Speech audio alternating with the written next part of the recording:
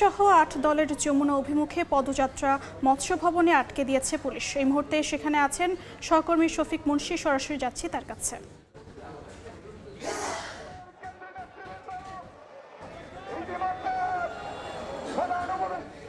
আমরা এই মুহূর্তে আছি রাজধানীর মৎস্য ভবনের সামনে এবং এখানে কিন্তু যে আজ ৮ দলের মিছিল নিয়ে যেটি প্রধান উপদেষ্টার কার্যালয় অভিমুখে যাওয়ার কথা ছিল সেই মিছিলটিকে কিন্তু এখানে পুলিশ আটকে দিয়েছে। আমরা দেখতে পাচ্ছি যে পুলিশের ব্যারিকেডের এক প্রান্তে অসংখ্য বাংলাদেশ পুলিশের সদস্যরা জড়ো হয়েছে এবং অন্য পাশে বাংলাদেশ জামায়াতে ইসলামী, ইসলামী আন্দোলন বাংলাদেশ, খেলাফত মজলিস সহ অন্যান্য যে রাজনৈতিক দলের কর্মীরা তারা কিন্তু সেখানে দাঁড়িয়ে আছে।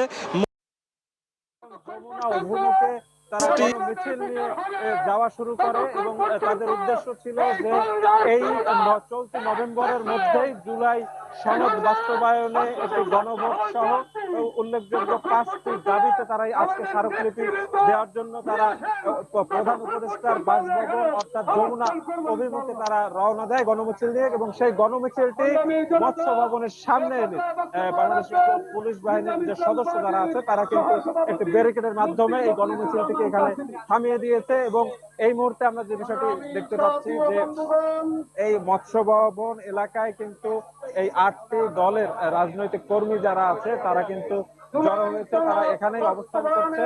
অন্যদিকে বাংলাদেশ জামায়াতে ইসলামী, ইসলামী আন্দোলন বাংলাদেশ সহ অন্যান্য যারা যেসব দলের কর্মীরা আজ এখানে জড়ো হয়েছে তাদের শীর্ষ নেতারা কিন্তু একটু আগে এখানে দায়িত্বরত যে পুলিশ কর্মকর্তা তাদের সাথে কথা বলেছিল। এই পুলিশ সদস্যদের পক্ষ থেকে তাদেরকে জানানো হয় যে এবং এই মুহূর্তে আমরা যে বিষয়টি দেখতে পাচ্ছি যে এই মৎস্য ভবন এলাকায় কিন্তু এই 8টি দলের রাজনৈতিক কর্মী যারা আছে তারা কিন্তু জড়ো হয়েছে, তারা এখানেই অবস্থান করছে।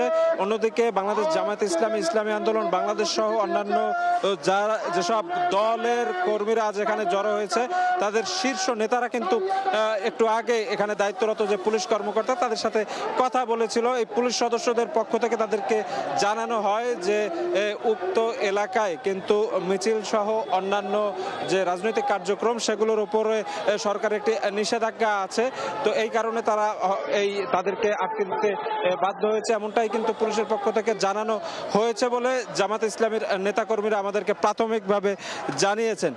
এবং আমরা যে বিষয়টি দেখেছি যে তারা গণমিছিল নিয়ে এখনই এখানে অবস্থান করছে এবং পরবর্তীতে তারা কি করবে এবং প্রধান উপদেষ্টার কাছে স্মারকলিপি দেবার কি হবে সে বিষয়টি আমরা পরবর্তীতে জানিয়ে দিতে সক্ষম হব। তো এই ছিল আমার কাছে রাজধানীর মৎস্য ভবন থেকে বাংলাদেশ জামায়াতে ইসলামী সহ অন্যান্য যে 8টি দলের গণমিছিল কর্মসূচি পুলিশের বাধার মুখে আটকে যাওয়ার ঘটনার এই ছিল আমার কাছে সর্বশেষ।